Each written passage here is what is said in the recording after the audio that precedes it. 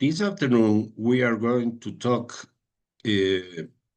mainly to the links between the Tropical Forests Forever facility, recently presented by President Lula at COP30, and several initiatives towards the idea of leaving fossil fuels underground, particularly in biodiverse hotspots in developing countries.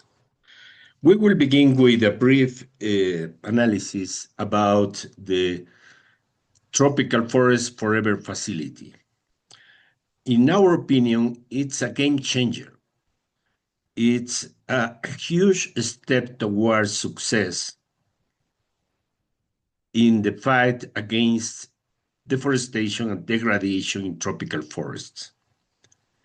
And I think it has several particular traits that make it innovative and also powerful. First, it departs from the idea that without economic incentives to conservation,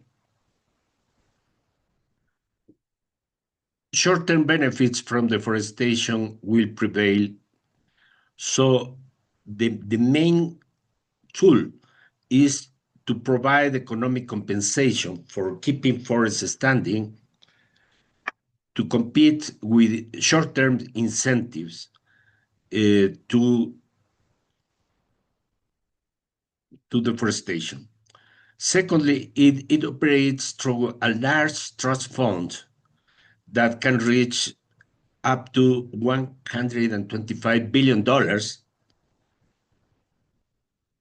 In addition, it begins with a very important coalition between several advanced economies, such as Norway, I understand Germany, and other countries, and biodiverse developing countries, beginning with Brazil, Indonesia, the Democratic Republic of Congo, and so on. Finally, a very important trait that I think it is fundamental to mention is that it includes a direct involvement of indigenous peoples and local communities in the project.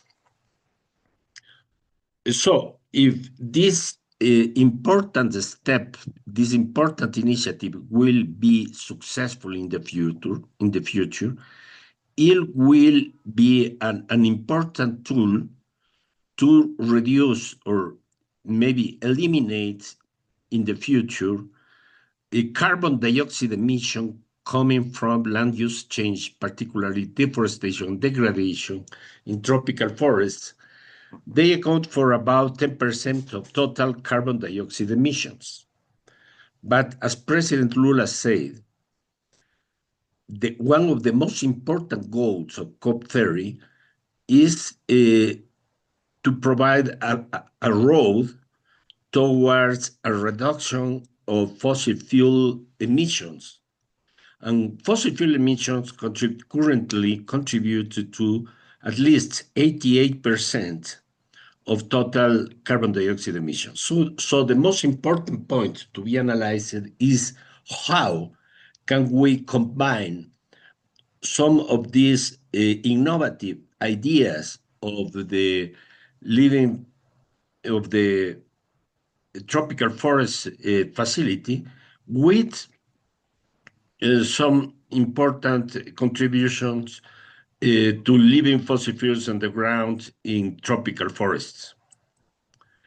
We need to first remember that in order to fulfill the goals of the Paris Agreement, at least 2/3 of global fossil fuel reserves must be kept underground, must be kept unexploited. This is one of the most important findings of scientific evidence in the recent years. So the problem is that we don't have a an agreement, an international agreement similar to the Paris Agreement, to define which reserves must be unexploited and which reserves must continue to be exploited. But we know already that that is a very important overlap between biodiversity and extractive activities. As we can see in the map, several biodiverse countries, which are presented here in green, have fundamental significant reserves of oil, coal, and gas. So about 24% of global fossil fuel reserves are located in developing mega diverse countries. That is why it is very important to create, to consolidate a mechanism to allow leaving these reserves unexploited, to declare fossil fuels reserves located on tropical forests as unburnable, as it has been suggested in several articles recently. So the first important initiative that was presented globally to leave a significant oil reserve in the Amazon unexploited was the Yasuni-ITT Initiative, presented by the Ecuadorian government in 2007. The idea was to compensate, in this case, Ecuador, for the foregone reserves that will be the result of leaving this huge reserve unexploited.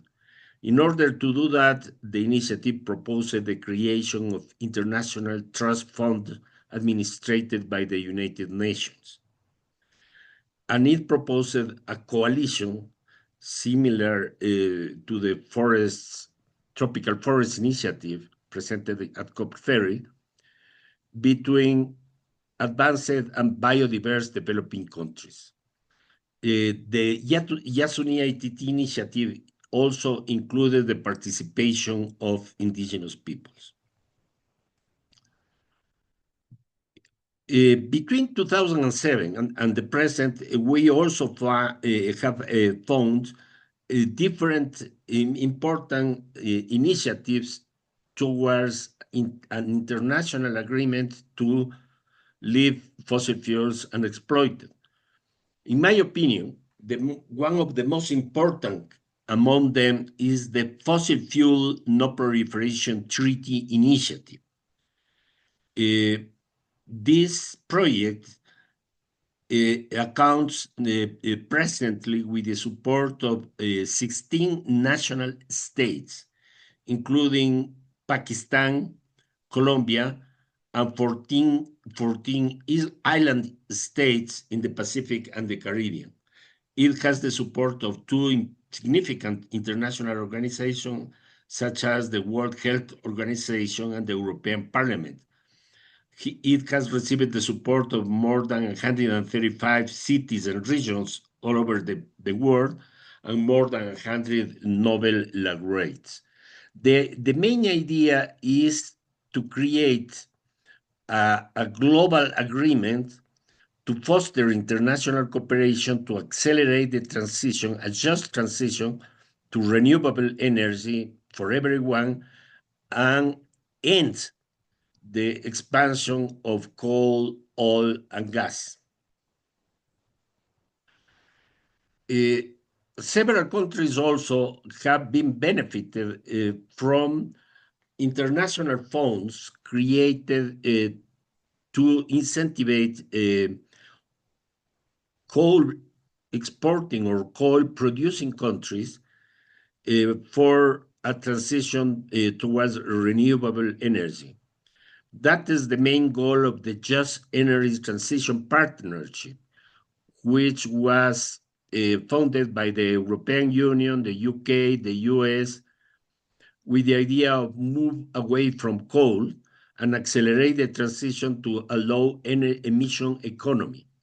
Based on that, South Africa is receiving $8.5 billion in grants, and we have similar programs that are working in Indonesia, Vietnam. Colombia recently presented also a plan to progressively reducing its dependence of coal and oil exports and promoting renewable energy. And finally, in 2023, Ecuador approved by a national popular consult the policy of leaving unexploited a large oil reserve located in the Yasuni National Park. So, as a conclusion, as President Lula said, the COP30 must be an opportunity to define a road to reduce global dependence of fossil fuels. The Tropical Forests Forever Fund is posed to become a groundbreaking step towards an effective policy for deforestation and degradation reduction.